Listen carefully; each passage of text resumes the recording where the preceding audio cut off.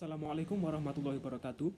Kami dari kelompok kewirausahaan kelompok 2 memberikan sedikit materi tentang kelayakan ide bisnis dengan anggota kelompok yaitu saya sendiri Farid Fathurido, Isya Akbar Adi Prabowo, Akbar Falevi Subali, dan Anissa Kabarini Santoso, serta yang terakhir Raihan Nasrullah Huda. Maka inilah bagaimana cara menemukan ide bisnis. Pada dasarnya, menemukan sebuah ide bisnis bukanlah sebuah perkara yang sulit. Kebanyakan para pebisnis muda merasa hal ini merupakan sesuatu yang sangat menantang, sebab tidak mengetahui cara untuk mendapatkan ide tersebut. Padahal, kalau ditelaah dengan cara ini, dengan teliti, ide bisnis juga bisa datang dari mana saja, termasuk lingkungan sekitar kita. Berikut ini adalah tips yang dapat kita lakukan untuk menemukan ide bisnis. Yang pertama adalah, apakah Anda memiliki media sosial? Jika iya, maka gunakanlah untuk hal-hal yang bermanfaat seperti mengikuti akun-akun bisnis. Mereka sering berbagi tips sukses bisnis dari orang-orang yang besar. Jika Anda mau meningkatkan minat baca, yang seperti ini adalah konsumsi wajib untuk Anda setiap hari. Yang kedua adalah berangkat dari hobi. Mungkin terdengar sangat klise, namun langkah ini sangat ampuh untuk memperoleh ide bisnis. Mulailah dengan melihat hal apa yang Anda cintai. Misalnya, Anda memiliki hobi fotografi yang sudah jelas bisa disulap menjadi sumber pendapatan. Yang ketiga adalah amati, tiru, dan modifikasi. Jika Anda merasa tidak memiliki hobi yang bisa diubah menjadi bisnis, Anda tidak perlu khawatir karena masih ada langkah lain, yaitu menggunakan formula amatri. Amati, tiru, dan modifikasi. Sobat bisa memulai tahap ini dengan mempelajari bisnis-bisnis yang sudah eksis terlebih dahulu. Yang keempat adalah kreativitas memegang kendali, yaitu maksudnya adalah sejatinya dalam mencari ide bisnis diperlukan yang namanya kreativitas dan inspirasi. Oleh karena itu, tidak ada salahnya lebih-lebih melibatkan diri dengan kegiatan atau hal-hal yang dapat memancing kreativitas tersebut. Bisa dengan liburan, mengunjungi pameran-pameran seni, atau bergabung ke forum kreatif. Yang kelima adalah mengamati tren yang sedang berkembang. Cara ini juga sangat berpotensi untuk membantu menemukan ide bisnis yang kreatif. Walaupun cara yang satu ini cukup mudah, kalian harus ingat ya, bahwa tren itu bersifat sementara. Jadi, jika ingin menjalankan bisnis sesuai dengan tren yang berkembang, pastikan juga bahwa rencana jangka panjang itu cocok untuk bisnis kita. Berikut ini beberapa hal yang bisa Anda lakukan untuk mempertimbangkan ide usaha Anda. 1. Pertimbangkan dan analisa target pasar Anda. Ini adalah hal pertama yang harus Anda perhatikan Anda lakukan adalah mengenali dan menganalisa target pasar Anda. Anda bisa mempertimbangkan dan menganalisa industri dan calon-calon pembeli untuk produk atau jasa yang akan Anda tawarkan. Anda bisa menganalisis ini dengan cara membaca artikel-artikel yang berhubungan dengan bisnis atau usaha yang akan Anda mulai, sehingga Anda tahu tren-tren terbaru. Anda juga bisa menghadiri seminar-seminar untuk mendapatkan ide-ide baru yang bisa ditambahkan di ide awal Anda. 2. Catat dan kembangkan ide Anda. Setelah Anda mengetahui tren terbaru usaha Anda dan kebutuhan calon pembeli dan industri pada saat itu, maka Anda bisa menulis semua informasi dan juga pertimbangan tersebut. Anda bisa menggunakan cara tradisional, kertas dan pulpen, atau mungkin menggunakan aplikasi Notes pada smartphone Anda. Anda bisa mulai mengembangkan ide-ide lainnya berdasarkan informasi yang sudah Anda catat, tulis beberapa di note terpisah, dan kategorikan berdasarkan topik dan golongan. Ketiga, survei target pasar atau analisis SWOT. Survei pasar ini adalah hal yang sangat krusial untuk bisnis baru. Dalam hal ini, Anda bisa memanfaatkan teknologi digital yang ada, seperti website untuk membuat dan mengirim kuesioner secara online kepada target pembeli Anda. Manfaat dasar analisis SWOT ialah memungkinkan Anda untuk melihat aspek internal dan eksternal dari produk Anda yang mungkin bermanfaat atau berbahaya bagi operasi Anda. Akibatnya, Anda bisa menemukan lubang dan menambahnya sebelum melepaskan produk Anda ke pasar. 4. Kembangkan produk Anda. Melalui survei pasar yang sudah Anda lakukan sebelumnya, Anda bisa melakukan penambahan atau pengurangan dari produk contoh Anda. Lakukan finalisasi untuk produk akhir sehingga sesuai dengan kebutuhan industri dan juga keinginan calon pembeli Anda. Berikan inovasi-inovasi sehingga produk Anda akan dikenal sebagai produk baru yang membawa perubahan. 5. Buat mockup dan ujilah. Begitu Anda memiliki gagasan yang jelas tentang produk Anda, Saatnya membuat prototipe yang kemudian bisa didistribusikan ke klien, potensial untuk pengujian dan meminta umpan balik dari tokoh-tokoh kunci industri. Atau membangun sesi kelompok fokus, yang artinya ini berarti mengundang orang-orang yang berasal dari berbagai demografi untuk membicarakan produk Anda dan mengarahkan usaha Anda ke arah yang benar jika ada kesalahan. Semua hal di atas akan memberikan Anda gambaran sekilas pikiran calon klien Anda. Anda akan tahu apa kesan pertama produk Anda. 6. Kumpulkan ulasan pembeli. Dengan mengumpulkan ulasan dari para pembeli, Anda dapat mengukur seberapa jauh kesuksesan produk dan juga bisnis Anda. Anda bisa membuat website untuk bisnis Anda dan memberikan fitur bagi pengunjung website Anda untuk melakukan penilaian tingkat kepuasan mereka terhadap produk atau jasa yang akan Anda tawarkan. Riset pasar dibedakan menjadi dua, yaitu yang pertama riset primer. Riset primer berasal dari target pasar atau target riset dengan langsung. Tujuan dari riset primer adalah menjalankan pengumpulan informasi dari tahun kondisi atau keadaan pasar saat ini. Cara yang dilakukan untuk mendapat data melalui riset primer adalah A.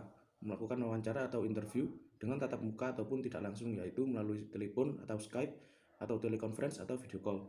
B. Survei atau observasi. C. Kuesioner. Dan D. Mengadakan diskusi dengan berkelompok kepada anggota yang terdiri atas sampel konsumen atau customer potensial untuk diperoleh feedback dari hasil diskusi tersebut. Yang kedua, riset sekunder. Sedangkan dalam riset sekunder, data didapat laporan publikasi dan hal yang berhubungan yang sudah diterbitkan secara umum. Riset sekunder mempunyai tujuan untuk penganalisaan data yang sudah tersedia yang selanjutnya menjadi pertimbangan sebuah strategi pemasaran yang ampuh. Metode pengumpulan data riset pasar. Yang pertama, interview atau wawancara. Untuk mengetahui informasi pasar, dapat dengan melakukan sebuah wawancara secara langsung kepada sasaran dari riset pasar, baik target market dalam bentuk pelanggan atau pengguna, ataupun calon pelanggan atau pengguna. Wawancara bisa dilakukan dengan bertatap muka yang seringkali dijalankan pada titik-titik lokasi yang sudah ditetapkan, seperti toko, tempat pelanggan membeli produk. Wawancara juga dapat dilakukan dengan sambungan telepon yang dicocokkan dengan database pelanggan yang dimiliki oleh perusahaan. Contoh riset pasar ini seringkali dijalankan oleh lembaga keuangan atau bank untuk mendapatkan informasi kepuasan pelanggan mereka dalam penggunaan produk keuangan. Yang kedua, kuesioner. Wawancara langsung atau tidak langsung bisa mempunyai sisi yang mengganggu pelanggan dan memberi kesan intimidatif karena dilakukan dengan terbuka. Oleh sebab itu, ada cara lain seperti dengan memberikan kuesioner. Kuesioner diberikan secara langsung ataupun secara online yang isinya tentang pertanyaan kepada pelanggan tentang informasi yang diperlukan oleh perusahaan. Agar lebih optimal, dalam pengumpulan data dengan metode ini, seringkali pelanggan yang mengisi kuesioner akan diberi imbalan seperti souvenir atau produk secara gratis. Yang ketiga, survei. Pada dasarnya, metode ini hampir mirip dengan metode kuesioner, yakni memberikan beberapa pertanyaan kepada pelanggan. Namun, pada metode survei dijalankan secara menyeluruh dengan sampel pelanggan yang lebih banyak menjadikan dapat lebih mewakili responden atau pelanggan yang menyeluruh. Metode pengumpulan data riset pasar yang selanjutnya adalah metode focus group discussion. Langkah focus group discussion pada riset pasar adalah dengan membuat grup diskusi yang anggotanya adalah sampel responden potensial atau pelanggan utama. Pembahasan diskusi yaitu lebih mengarah untuk encourage peserta supaya menyampaikan segala hal yang mereka perlukan, bagaimana kesan ketika menggunakan produk kita, kritik dan saran atas produk yang kita hasilkan. Informasi tadi yang nantinya akan menjadi suatu acuan untuk strategi pemasaran ke depan. Seperti halnya dengan kuesioner dan survei, maka dibutuhkan imbalan untuk peserta grup diskusi ini. Metode selanjutnya adalah metode observasi. Cara ini dijalankan untuk memperoleh dan menyatukan data dengan melakukan pengamatan secara langsung keadaan yang ada di pasar, berhubungan dengan jumlah penjualan suatu produk di berbagai outlet, ataupun ketertarikan pelanggan, ataupun calon pelanggan atas produk pesaing. Langkah ini cukup efektif, tetapi membutuhkan tenaga dan biaya yang besar karena meliputi area yang luas. Teknik evaluasi kelayakan bisnis. Tujuan evaluasi kelayakan bisnis merupakan suatu usaha untuk mengetahui sejauh mana tingkat keberhasilan pelaksanaan proyek, apakah proyek tersebut berjalan dengan sesuai rencana dan akan memberikan hasil seperti yang diharapkan. Terdapat beberapa kegunaan dari evaluasi kelayakan bisnis, yaitu memandu pemilik dana untuk mengoptimalkan penggunaan dana yang dimilikinya, dan memperkecil resiko kegagalan investasi dan bisa memperbesar peluang keberhasilan investasi yang bersangkutan. Dalam melakukan evaluasi kelayakan suatu bisnis, ada beberapa aspek yang menjadi variabel penting dalam melakukan evaluasi. Aspek-aspek inilah yang akan menjadi data-data di dalam suatu evaluasi kelayakan bisnis. Yang pertama adalah aspek teknis dan produksi, yaitu lokasi usaha, bahan baku, tenaga kerja, dan juga teknologi. Aspek selanjutnya adalah aspek manajemen dan sumber daya manusia atau SDM, yaitu aspek untuk digunakan untuk mengelola dan melatih tenaga kerja dalam usaha ini. Yang selanjutnya adalah aspek hukum, yaitu aspek yang digunakan untuk melihat kelayakan usaha dari segi perizinan oleh pemerintah setempat.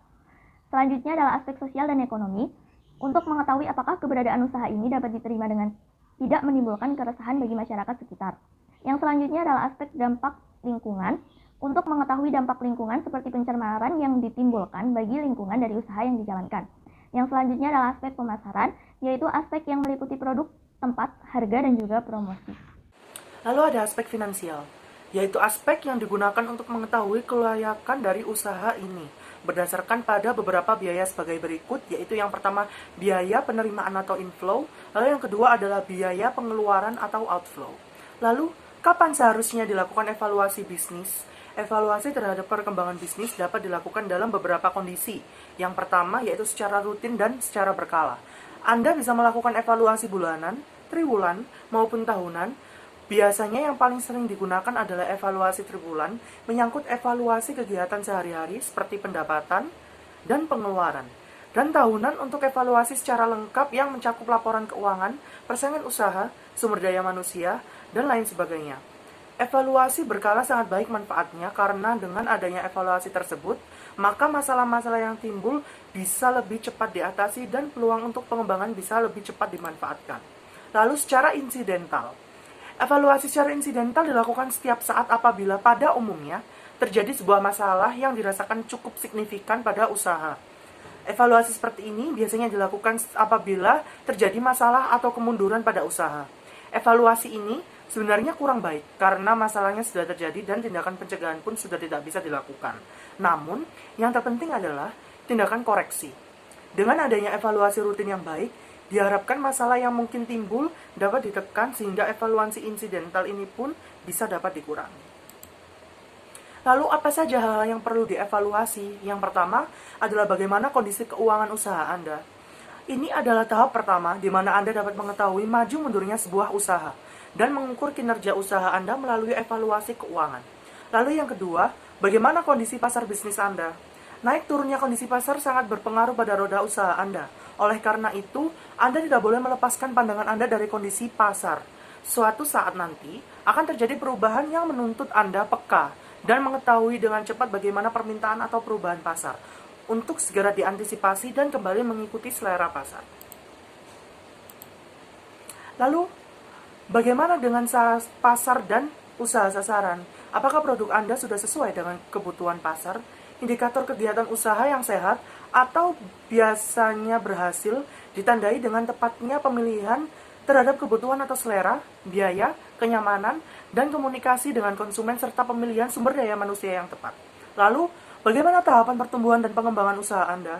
Misalnya, seperti dari sasaran jangka pendek atau apakah ada pencapaian keuntungan dan pertumbuhan seperti yang diharapkan. Lalu yang kelima adalah bagaimana kemajuan usaha Anda? Tinjau kembali usaha Anda secara berkala paling sedikit 6 bulan sekali. Lalu yang keenam, bagaimana kepemimpinan Anda?